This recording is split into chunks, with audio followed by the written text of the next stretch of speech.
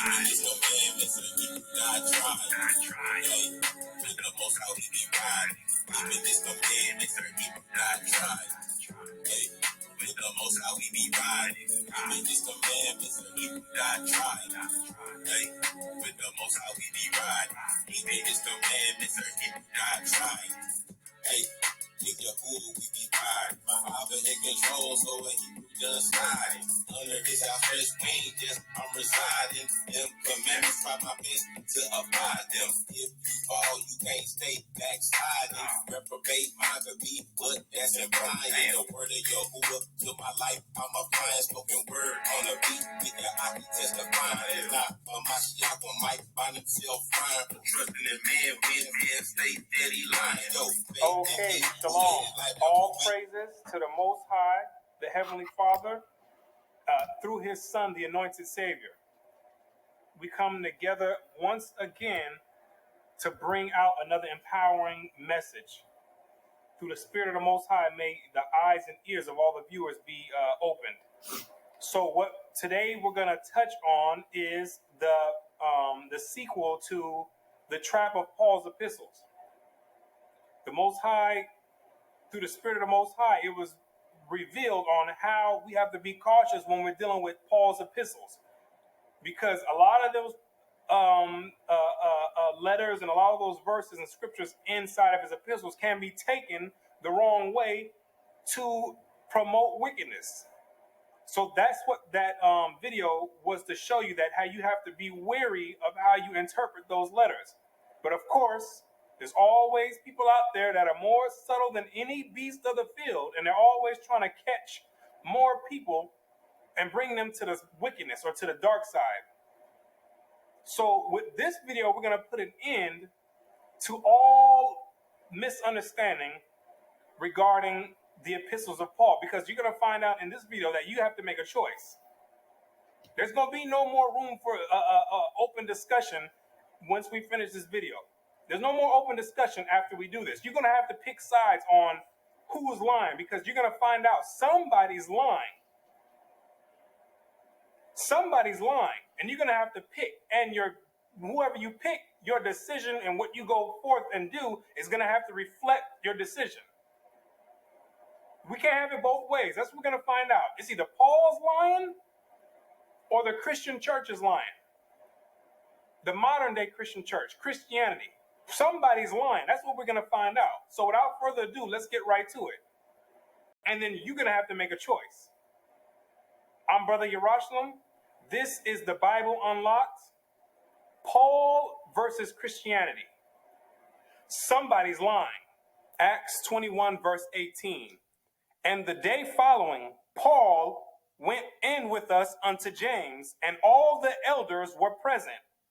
And when he had saluted them, he declared particularly what things God had wrought among the Gentiles by his ministry. So now the setting is we have Paul getting together with James and the elders, and he's giving them a report on how his ministry is going with the Gentiles. And he's letting them know that there's been a lot of conversions among the Gentiles. Follow me. And when they heard it, they glorified the Lord and said unto him, Thou seest, brother, how many thousands of Jews there are which believe, and they are all zealous of the law. Now we have the elders telling Paul their report, saying, can you see how many thousands of Jews there are which believe on Christ? That's what it's referring to. And in addition to that, believing on Christ, they are all zealous of the law. Because you had to have both of them. That's what the disciples of Christ understood. I don't know about today in this modern Christianity, but according to the ones who walk with Christ, you needed to believe and be zealous of the law. You needed to keep God's commandments and believe on Christ. So now they're giving the report back to Paul. So this is what the scenario is that's going on.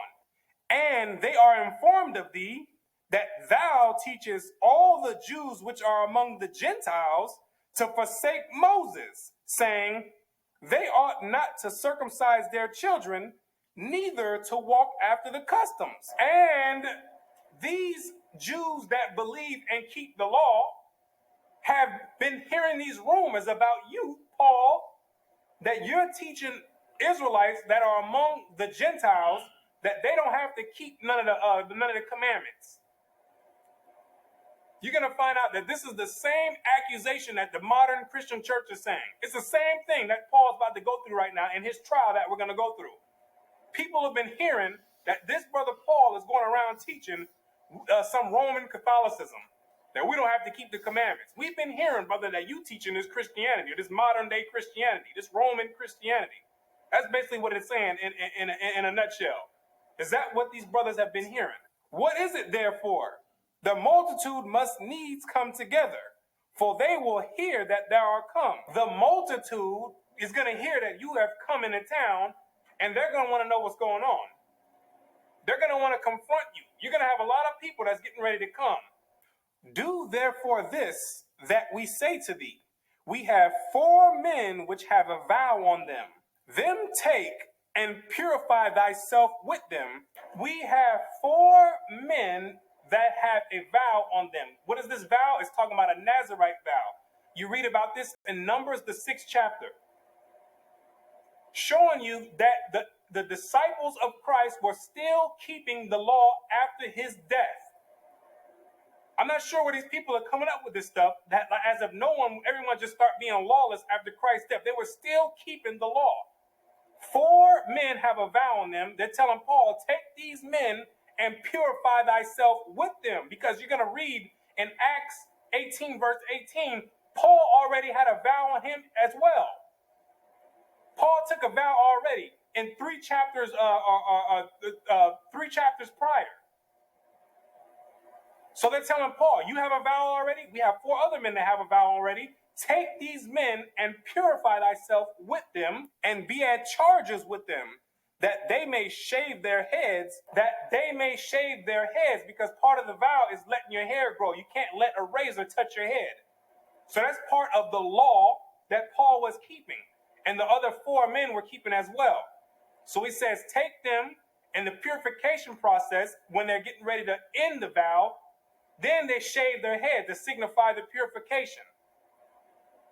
And it says to be at charges with them, meaning Paul is in charge of paying for these people's sacrifices. Because there's a sacrifice, as we'll keep reading, that goes along with this vow. And Paul was to be the one to pay for it.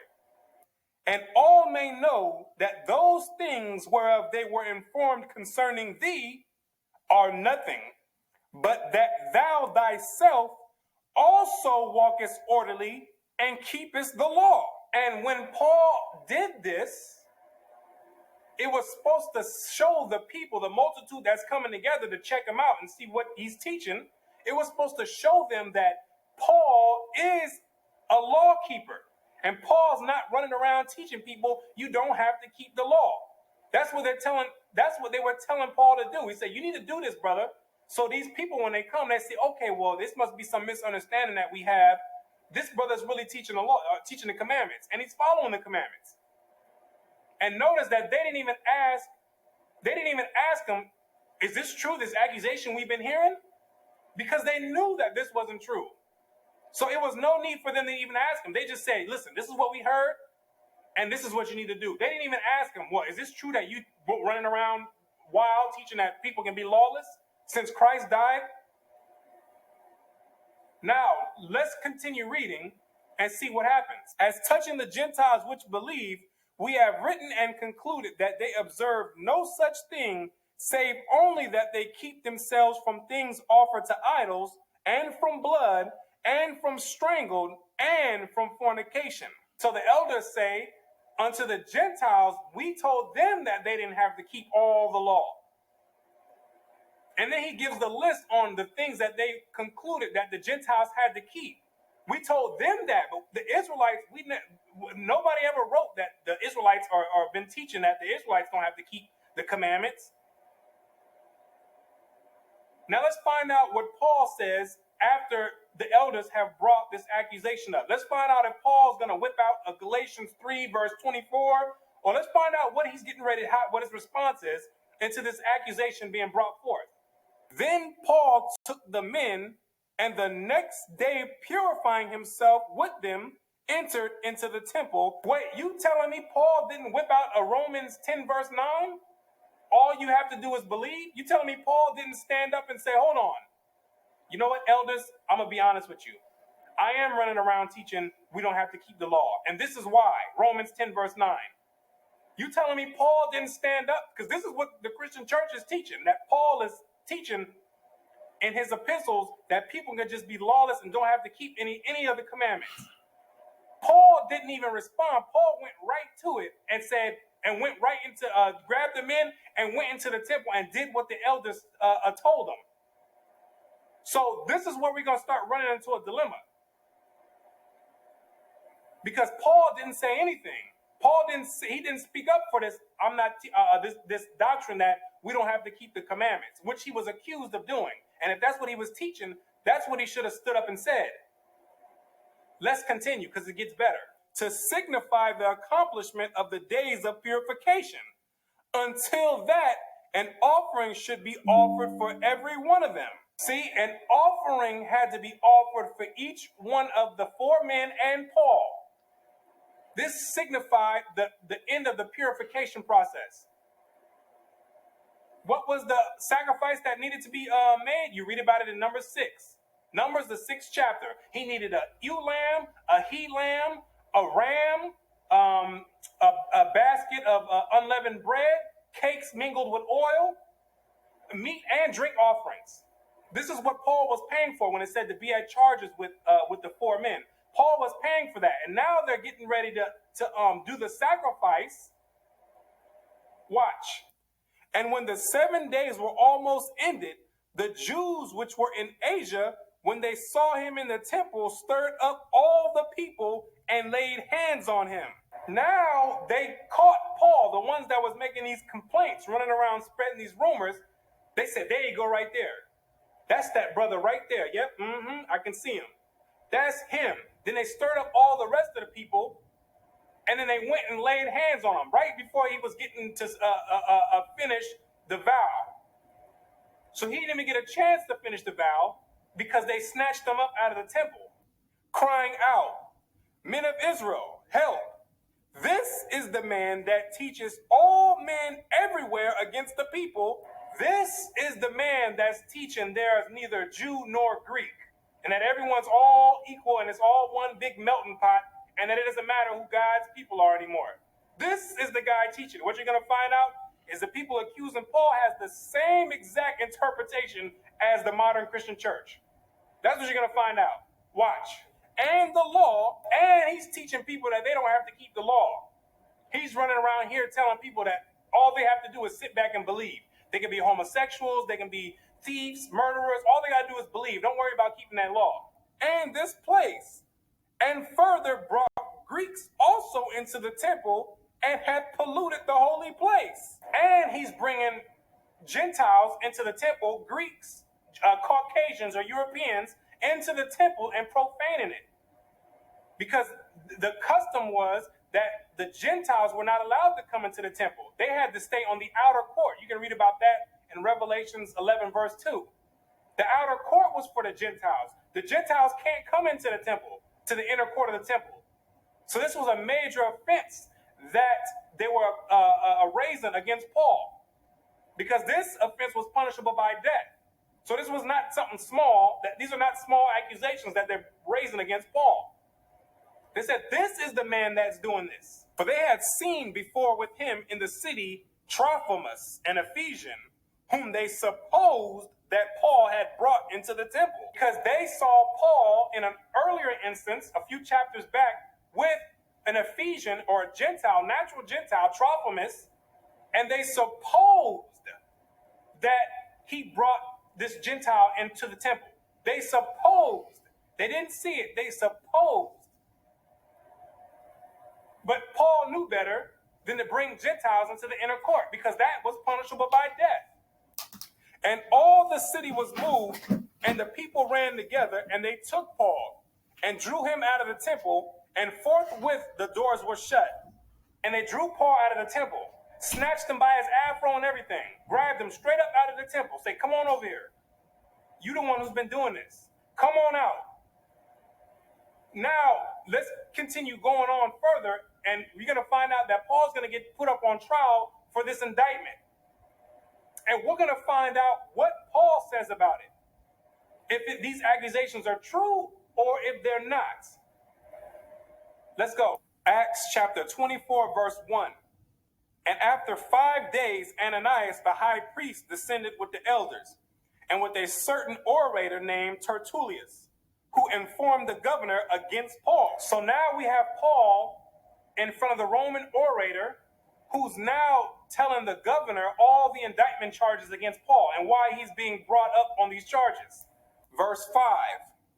For we have found this man a pestilent fellow, and a mover of sedition among all the Jews throughout the world, and a ringleader of the sect of the Nazarenes, who also have gone about to profane the temple, whom we took and would have judged according to our law. Is it saying that Paul is running around causing uproars?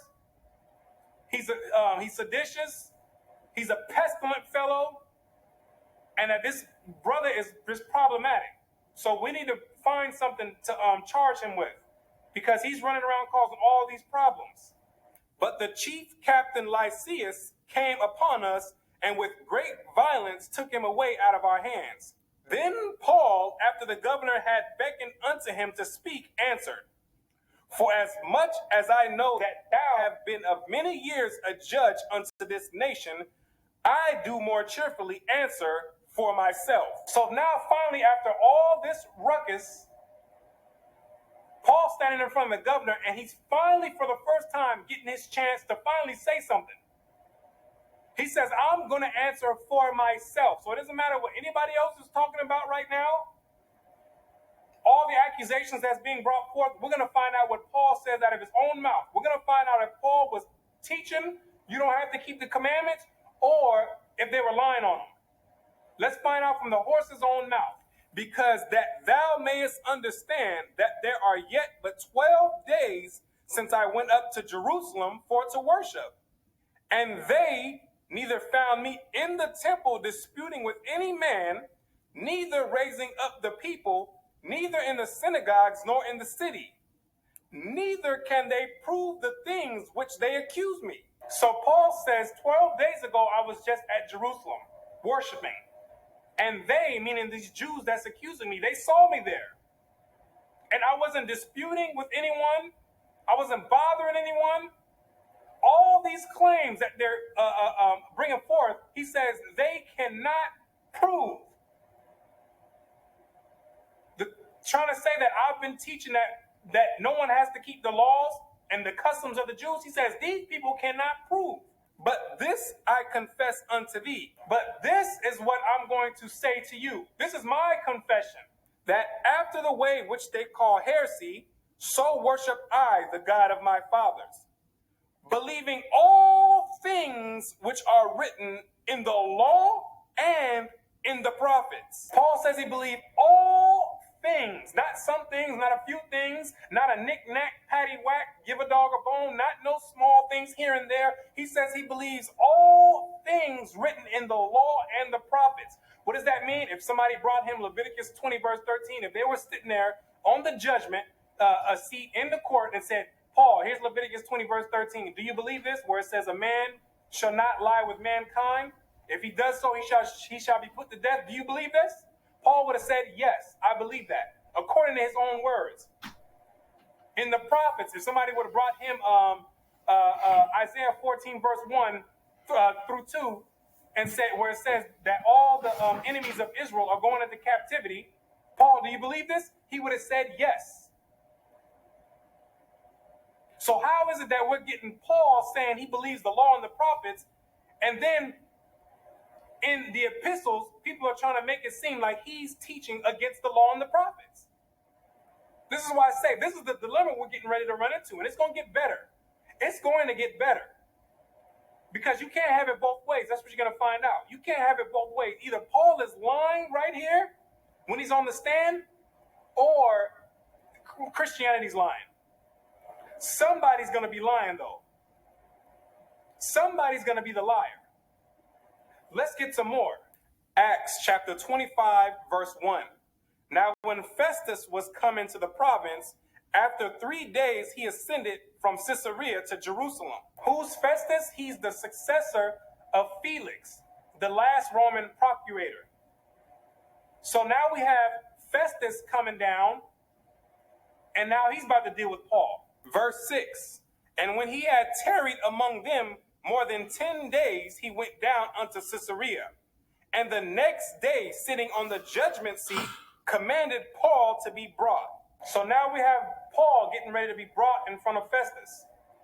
Let's see how this plays out. Let's see if Paul switches up his story this time, or if he sticks with the same story he just taught in front of Felix. And when he was come, the Jews which came down from Jerusalem stood round about, and laid many and grievous complaints against Paul, which they could not prove. What were the complaints that they laid against Paul? Paul's teaching that you don't have to keep the law. Paul's bringing Gentiles into the temple. Those are the complaints that they were laying against Paul. And it says that they could not prove it. Letting you know that somebody's lying here. This is the same accusation. You got to find out, this is the same accusation that the modern Christian church is bringing against Paul. You're both doing the same thing. But the difference is these people were trying to get Paul put to death. The modern Christian church is trying to glorify him because you're lawless. It's the same exact thing. You both have the same exact accusation. While he answered for himself, I don't want to hear the answer from the Christian pastor. I don't want to hear the answer from the theologian. I don't want to hear the answer for myself. I don't want to hear anybody speak for Paul. I want to hear Paul speak for himself. That's what I want to hear right now. Let's find out what he says when he answered for himself. Neither against the law of the Jews, neither against the temple, nor against Caesar have I offended anything at all. Paul says, I did not offend anything at all against keeping the commandments, against bringing Gentiles into the temple, and against the king, which was or the Caesar, Nero at the time. This is out of his own mouth. What does this mean? If we would have brought him Romans chapter 10, verse 9, and says, well, what about this then? You just said, if you believe and you confess with your mouth, you will be saved. Paul would have said that's not saying that you don't have to keep the commandments. That's what Paul would have came and told you. That don't mean that. He says it right here. Neither against the law or anything have I offended at all. He says at all. Somebody's lying here, ladies and gentlemen. Somebody's lying. Somebody's lying. Either Paul is sitting up here right now being a bold-faced liar, and he's being a coward and not standing up for what he believes, or the Christian church is purposely lying on him. Somebody's lying, though. Somebody's lying. And I'm going to tell you right now, the burden of proof is no longer on people teaching that you have to keep the commandments. Now the burden of proof is on all you out there who's trying to teach lawlessness. The burden of proof is on you because you try to present one of those scriptures, one of these vague scriptures from Paul's epistles that can be interpreted so many different ways. When you try to present that, I'm not going anywhere else. We're going to stay right here. I'm going to bring this up where Paul says against the law or against the temple or against the king. He says he's never offended at all. I'm going to bring this up first and I'm going to ask you, do you believe Paul? That's my question. Do you believe Paul? Do you believe Paul when he says this? That's what I want to know first. Do you believe Paul when he says this, or are you only believing Paul when it fits your agenda? When it's something that you can take and make it say whatever you want it to say and justify being wicked. When do you believe Paul all the way, or do you believe Paul only when it fits you? That's what we want to know.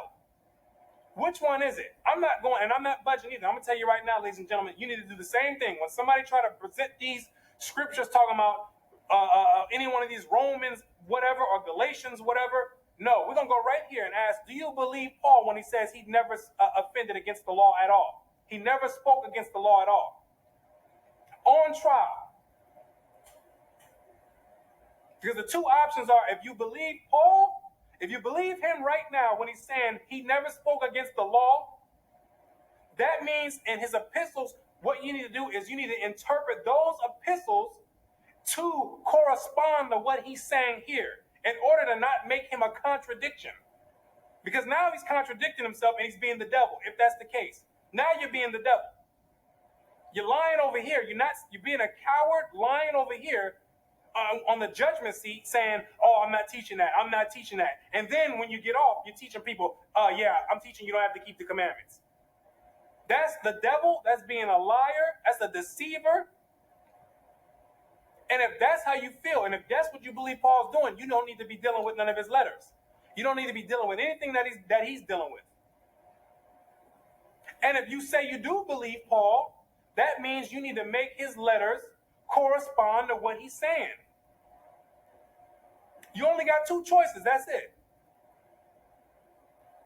You only got two choices. And some people out there are just so wicked that they'll say they don't believe what he's saying here and still use his letters for doctrine. When it's dealing with your soul salvation, you don't need to be dealing with discrepancies like that. Well, when he's lying here and telling people, he's lying to the people here, but then he's telling people something else over here. You don't need to be dealing with people like that, if that's how you feel the situation is. So you got a choice to make. You have a choice to make. Nobody wants to deal with this on Paul on the trial. Nobody wants to deal with this. Everyone want to skip over this where Paul is blatantly he's flat out telling you, I'm not speaking against the law. Somebody's lying, ladies and gentlemen. Let's continue. Verse 9. But Festus, willing to do the Jews a pleasure, answered Paul and said, wilt thou go up to Jerusalem and there be judged of these things before me? See, Festus was in league with the Jews. They were all trying to get him set up to come down to Jerusalem to be judged there because they know they were going to catch him there. They were going to, they know that they were going to pull some type of trial out and find him guilty. Even if the brother wasn't guilty, they were still going to make a way to find him guilty. So they were all in league with each other at this point. Then said Paul, I stand at Caesar's judgment seat. Paul says, I'm not a fool. I'm standing right here. Because it's obvious what you brothers are trying to do. It's obvious what y'all trying to do. Y'all can't prove anything that you're saying, and you're still trying to get me to go down to Jerusalem to get judged. You have to be out of your mind. I'm standing right here. That's what Paul says. You can go pull that stuff on someone else, but it's not working here. I've been around the game way too long where I ought to be judged. To the Jews have I done no wrong, as thou very well knowest. Paul says you know it. You know it. And the Christian church too. You know he didn't offend anything against the Jews. You know it. And if you don't know it and if you don't believe it, you need to leave Paul alone. You can't be using Paul and making it contradict itself when you're dealing with people's salvation. That's inconsiderate and disingenuous. You can't have it both ways. You can't have the ice cream and the cake. You got to pick one. Either he's lying or he's not lying. Somebody's lying, though. Somebody's not telling the truth. Somebody's only telling half the story. For if I be an offender or have committed anything worthy of death, if I'm an offender, if I'm teaching in Romans 10 verse 9 or Romans 3 verse 20 that you don't have to keep none of the laws, if I'm teaching in any of my epistles that you don't have to teach no laws and you don't have to keep no commandments, if that's my intent when I wrote these letters, I refuse not to die. Put me to death right now. If that's what I'm doing, I need to be put to death. That's what he's saying. I need to be put to death. If I'm offending and I'm doing that against the law, put me to death right now. If I'm bringing Gentiles into the temple, put me to death right now. He says, I refuse not to die. I refuse not to die. That's a strong statement right there. He didn't say, you can go ahead and kill me. He says, I refuse not to die. Meaning, go ahead and take me, man. If that's what I'm doing, go ahead and take me, because I need to be put to death. Because Paul says he believed everything in the law and the prophets. And it tells you in the law, if somebody comes around telling you, let's go worship other gods, which is what the modern Christian church is doing, telling you to come away from the Most High and go and worship the Babylonian God, the God of the Roman Catholic Church, it says the judgment is they need to be put to death. Paul says, I refuse to die. So it's either if Paul's lying right here, nobody needs to be dealing with him. If you believe Paul is lying, nobody needs to be dealing with him. But the choice is, if you don't believe he's lying, don't bring me no Romans 10 verse nothing and try to say that Paul's teaching against the commandments, because now you're contradicting him. You're doing the same thing that the Jews were doing back then to him, trying to catch him up and falsely accusing him. You're doing the same thing.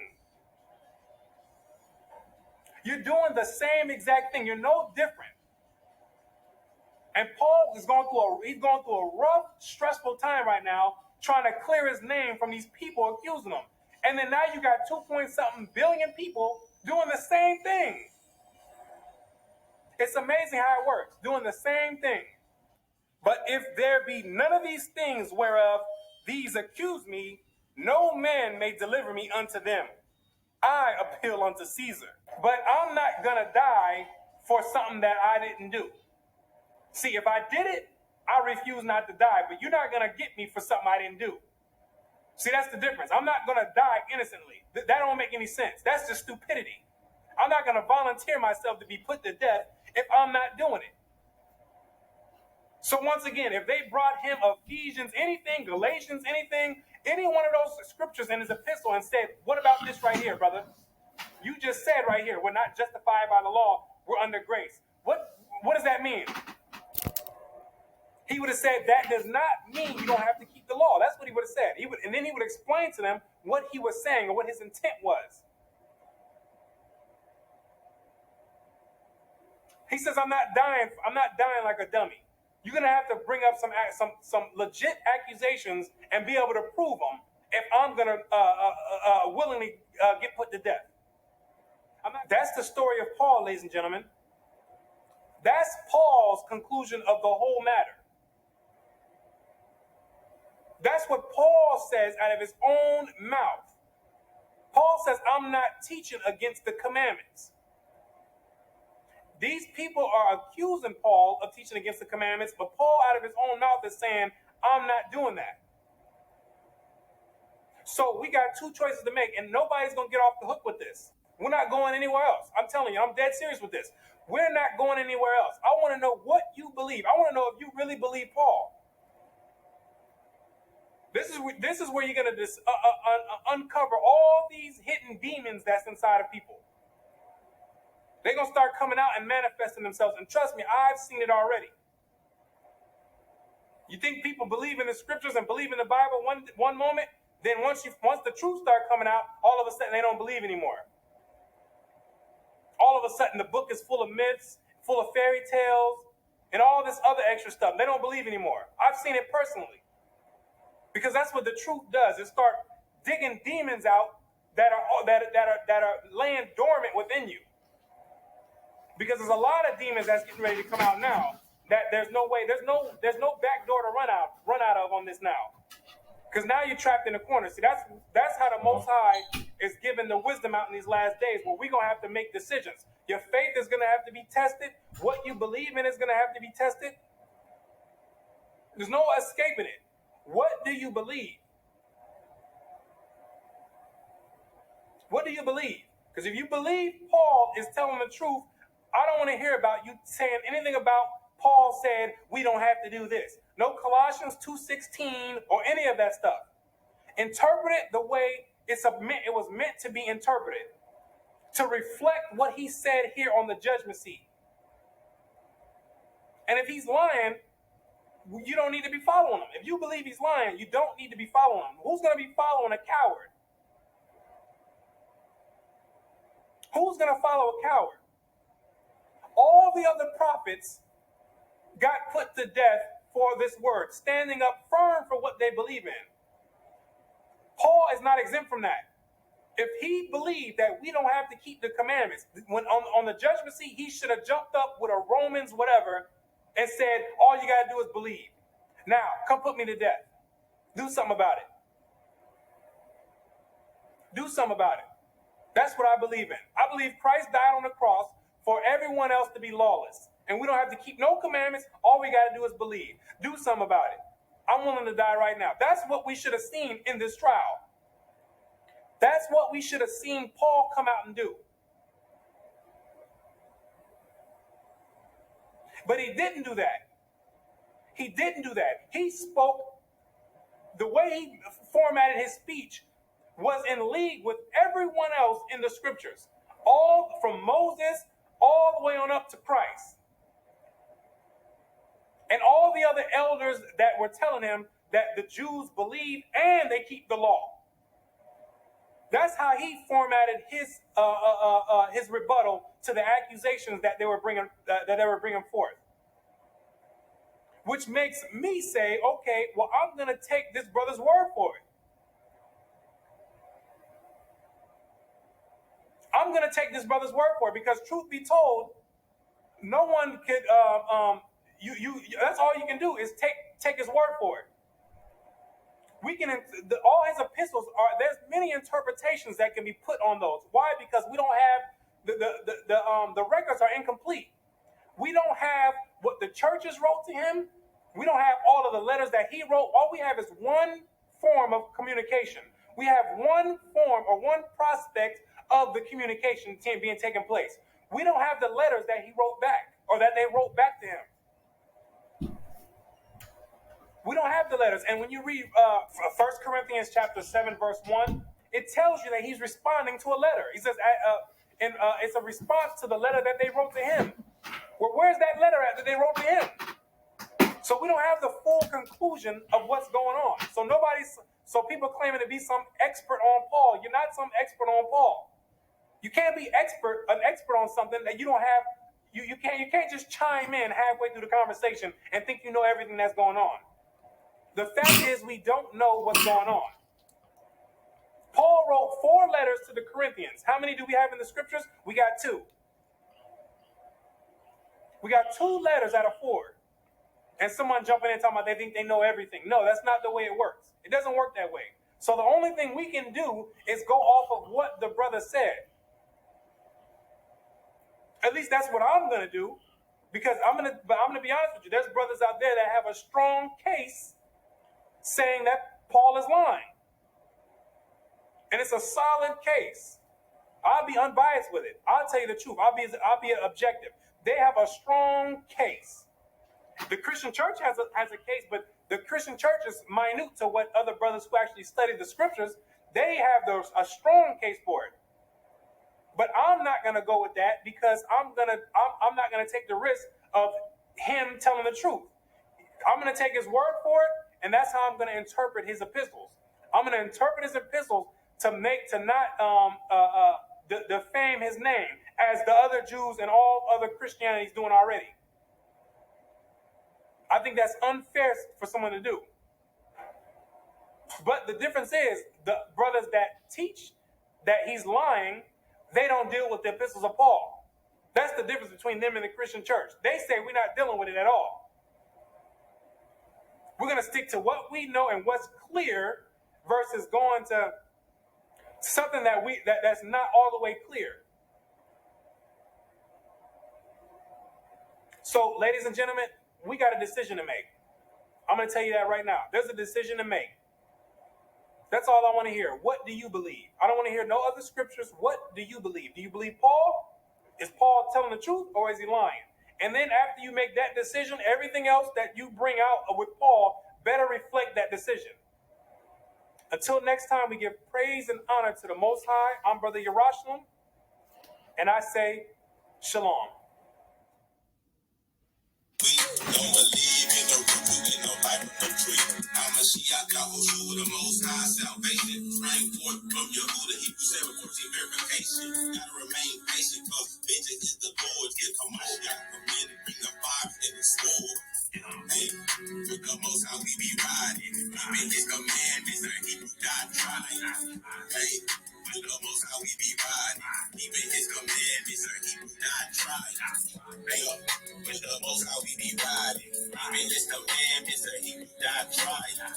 Hey, with the most how we be riding. Keeping his commandments, and Hebrew doctrine. Exodus 20, the whole duty of man. Cause fear El Shaddai and follow his plan. Path to eternity, where there's no more death. Me in Hamashiach, gotta follow his steps. The lion of Yehuda, the star of your cold. You a non-believer, you ain't part of his fold. As the world grows cold and full of deceit, keep the commandments of Elohim and guard your mind and your feet. Cause one wrong thought or one wrong step, or you taking out the game, may seem the second death. Every word brought forth, whether good or bad. Set apart from all like he can't be no damn bad. Hey, man, transparent. All praises to the Most Elohim, I suggest you not bow. No story of this world coming to a conclusion. Keep God's commandments, but we caught in the delusion. With the most how we be riding. Keeping y'all commandments and he not trying. Hey, with the most how we be riding. Keeping y'all commandments and he not trying. Hey, with the most how we be riding. and these Jews that believe with the most how we be riding. Keeping y'all commandments and he not trying.